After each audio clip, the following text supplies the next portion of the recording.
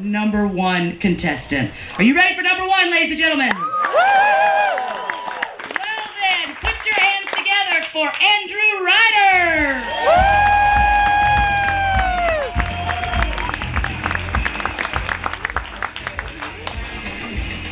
Hey guys, my name's Andrew Ryder. Thanks so much for coming out. I apologize for my appearance tonight. My wife and I like to roleplay Wolverine and Lady Deathstrike. She of course plays the part of Wolverine, which is weird because she's not Canadian. So as a lot of you guys can probably tell, I was kind of a late bloomer. Couldn't laugh, but that's okay. Please do. But it's just, some people are really good at playing hard to get, and other people are really good at playing hard to want. And I'm always really good at that one. And I think part of that is just, I had a hard time, speaking in public. I was actually in the high school's Shy Club, where the motto was taking your public speaking nightmares and turning them to public speaking day ponies. And eventually day stallions. That day's not here yet. But I just remember the one rule about Shy Clubs, you don't talk about Shy Club, you write about it, or journal, or diary, or in my case, Huckleberry Finn, the movie Trapper Keeper. So, even in Shy Club I was popular. But it really helped me out though. I actually met my first girlfriend in college. We didn't last very long because her central processing unit burned out. Yeah, what are you gonna do, right? Well, this is what I did. I took it really hard, and there was a brief period of time where I was like, maybe I should just end it. And my brain works like Pandora Radio, thankfully. If you don't know what Pandora Radio is, it's like an internet radio station that actually suggests music based on what you're already listening to. So if you like Guns N' Roses, you might also like Motley Crue, or if you like Mariah Carey, you might also like hurting other people. So my brain was like, well, if you're considering suicide, you might also consider being a supermodel. And I was like, that is a good point. I did not think about that, because I'm kind of attractive, and I'm also anorexia curious. Those are the two main points, right? That's what you need to have. But I was still a little bit too down. I don't know about that. And I just, I sort of got involved in Christian porn instead. It's not as bad as it sounds. Fully clothed, fondling of the forehead, and tussling of the hair. Some of the more hardcore performances give each other Eskimo kisses, but I think I knew then that God had a bigger plan for me. I was on the set of this one film where we were playing pilgrims evangelizing to Indians, and I met my friend Ruth. I'm sorry. Her Christian porn name is Ruth. Her real name is Candy Chocolate Sock. Oh, you guys know her. I tell you, said hey. But she really helped me out, through a lot of the hard times. We had to do this, fitness program. You guys know CrossFit? It's like P90X, but one day. They're like, just do it one day. And it's like that. So, but I did it through a church group, and it's called Crucify Fit. And it was so hard. I died the first day.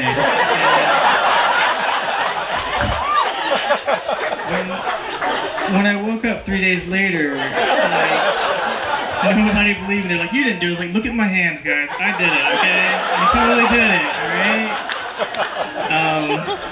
But she also helped me get my first job outside of Christian porn. She helped me get a job modeling for Victoria's Secret. And it was this commercial with the angels. You guys have probably seen them. I'm the really tall, androgynous one in the back with the mutton chops.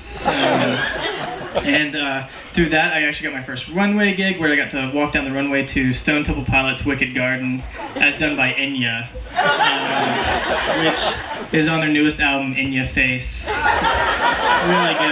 Really good, guys. And then, after that, I actually got, offered, scripts for movies. Somebody was like, you should audition for this movie. And it was, one of those, Odd Couple type movies where, I'm a New York stockbroker, and she's a half woman, half horse who pulls a carriage through New York, and I'm really good at my job, but she's really bad because the bottom half of her is human and the top half is horse. live in a high-rise, and she lives in a stable, and I'm always leaving that toilet seat up. But,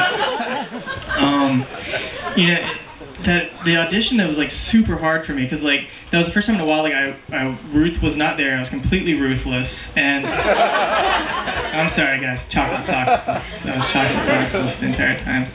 And so I had to, like, go back and use some of the Shy Club techniques that they taught us, and, like, one of the things they taught us was, like, you know, use something you enjoy doing. Think about that for a while. So I was thinking about, like, I write, like, a lot of fan fiction. And you guys know what fan fiction is. Like, if you like a movie or a TV show, but you don't like the way it ended, or you want to write it differently, then you write your own version. Like, for instance, my favorite TV show is CNN. And they had this one episode where they were like, Somalian pirates take over and enslave their own people. And I was like, ugh, don't like that ending. So I went and wrote my own, where I was like, Somalian pirates take over and enslave their own people until Superman showed up and busted some heads in the name of truth, justice, and the Somalian way, which apparently includes enslaving your own people. And then I wrote another one based on, like, Driving Miss Daisy, the movie. I don't know if you guys saw that movie, but a Jewish woman hires a black chauffeur, and they become friends during the Civil Rights Movement, and just follows them through their times. So they get to the retirement home and eventually die. That's what the movie's about. I didn't write it, but I did write this. They instead decided to have one more adventure where they enter a black hole and wind up in an alternate universe where gladiatorial combat is a necessity of life. And they have cybernetic implants, and I have some of it written right here.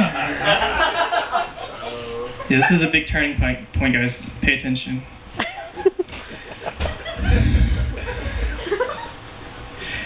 As Hope looked into Daisy's ocular implant, he could see amongst the sparking circuitry and wiring that the love she once held for him still remained deep within, and it mirrored his own. Right? Guys, that's so good. That's like what I want, like, out of a relationship. And, like, I started telling my friends, I was like, I want that, guys. And so they were like, we're going to sign you up for a dating website. I was like, yes. But they're cheapskates. So they didn't get me for Match.com. They got me a cheaper version called WrestlingMatch.com. I was like, why does everybody have a luchador mask? And they're like, Natural was like, okay. So I go to the date, and it's really awkward because she's like, just totally forward, like putting the moves on me, you know, like chokeholds and stuff. And I was like feeling really suffocated because that's what she was doing. And I just had to tap out. I was like, okay, I'm done. No more Gatorade, please. No more Gatorade.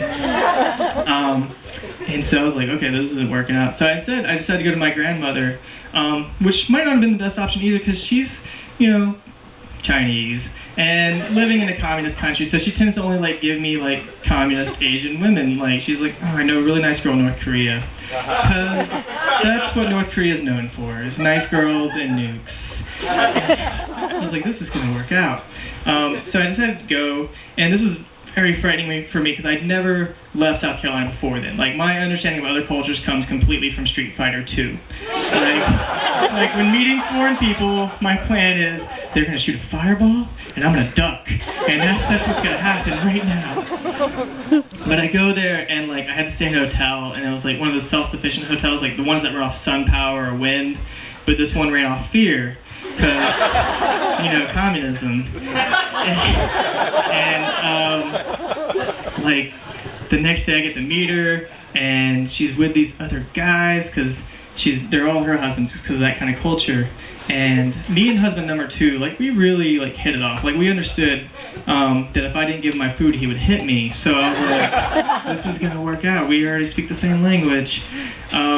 So we decided to get married, and North Korean weddings are kind of like American kids' birthday parties. There's like a lot of games played before the main event. So we played this one game called Musical Chair, where we all danced around the same chair, and then we shared it because communism.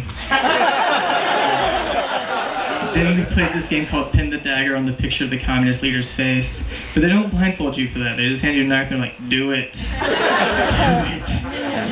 And then we finally played this game called Duck Duck, It's the Secret Police. Followed by a game of You're Being Deported Now. And it was weird because, like, when I was on the way to leaving the country, I realize some cliches are true, especially when it comes to like North Korean women. Like there's that saying, North Korean women can't live with them. It's like a law or something, I guess. I don't know, but thank you guys so much for your time. Have a great night.